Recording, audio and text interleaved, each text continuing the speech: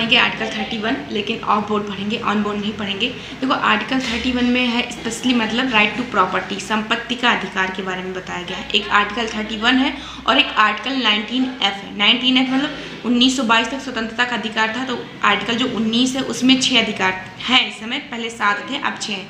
6 कौन कौन से थे कि 19A में था, 1900A में था क्या था, बोलने की स्वतंत्रता, B में था मतलब बिना हथियार के सभा करने की स्वतंत्रता, C में था संघ बनाने की स्वतंत्रता, D में था किसी भी क्षेत्र में घूमने फिरने की स्वतंत्रता, E में था कि किसी भी क्षेत्र में बसने की स्वतंत्रता, और F में था कि किसी भी क्षेत्र में संपत्ति खरीदने और उसको संरक्षित करने की स्वतंत्रता।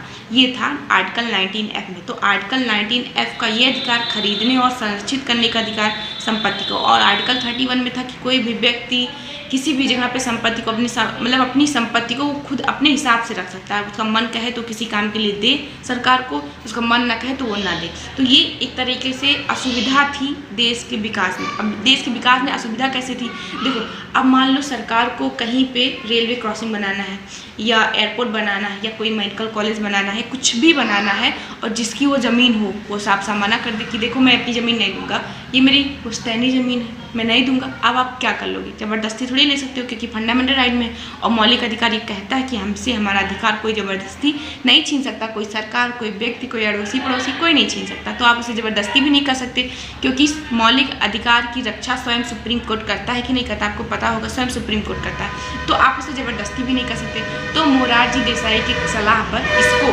44वें संशोधन 1978 की धारा 6 के द्वारा हटाकर 300 का में सेट कर दिया गया। एक मौलिक अधिकार से हटाकर इसको कानूनी अधिकार बना दिया गया कि मतलब अब अगर सरकार को किसी विकास के लिए मान लो जहाँ एयरपोर्ट बनाना है, रेलवे क्रॉसिंग बनाना है, कोई कॉलेज बनाना है, तो उनकी ज़मीन ले सकता है, जिसकी ज़मीन हो उसकी ज़मीन ले सकता है, लेकिन उसको मुआवजा दे सकता है। सरकार भी थोड़ी सी होशियारी तब करती थी कि मतलब जितना मुआवजा हो, मान लो 10 लाख का मुआवजा है तो उसको 10,000 या मान लो 1-2 लाख में निपटा देती थी। तो इसके लिए भूमि अधिग्रहण बिल भी पास हुआ था, इसी एक्ट से रिलेटेड भूमि अधिग्रहण बिल भी पास हुआ था इसी से रिलेटेड। तो अब भूमि अधिग्रहण बिल फिर कभी पढ़ेंगे। तो देखो अब इससे इंपॉर्टेंट क्वेश्चन क्या है, इंपॉर्टेंट क्वेश्चन जैसे मान लो 2-3 ऐसे दे देगा, अधिकार दे देगा, जैसे बोलने की स्वतंत्रता या सभा करने की स्वतंत्रता या कहीं घूमने फिरने की स्वतंत्रता या संपत्ति की स्वतंत्रता। अब इसमें से बताइए कौन सा अब मौलिक अधिकार में नहीं है। तो संपत्ति की स्वतंत्रता, या किस अमेंडमेंट के द्वारा मौलिक अधिकार संपत्ति के अधिकार को मौलिक अधिकार से हटाकर कानूनी अधिकार बना दिया गया। तो 44वें संशोधन 1978 के द्वारा, या किस अधिकार को मौलिक अधिकार से हटाकर कानूनी अधिकार बना दिया गया। तो संपत्ति का अधिकार, आर्टिकल 31 का संपत्ति का, या संपत्ति का अधिकार पहले किस आर्टिकल में नहीं था, तो आर्टिकल 31 में नहीं था। ये सारे क्वेश्चन हो गए आर्टिकल 31 से रिलेटेड। तो आई होप आपको समझ में आएगा, अच्छा समझ में आएगा। देखो आर्टिकल 31 स्पेशली संपत्ति के लिए मतलब प्रॉपर्टी के ही लिए है, और जितना हो सका मैंने आपको बताया।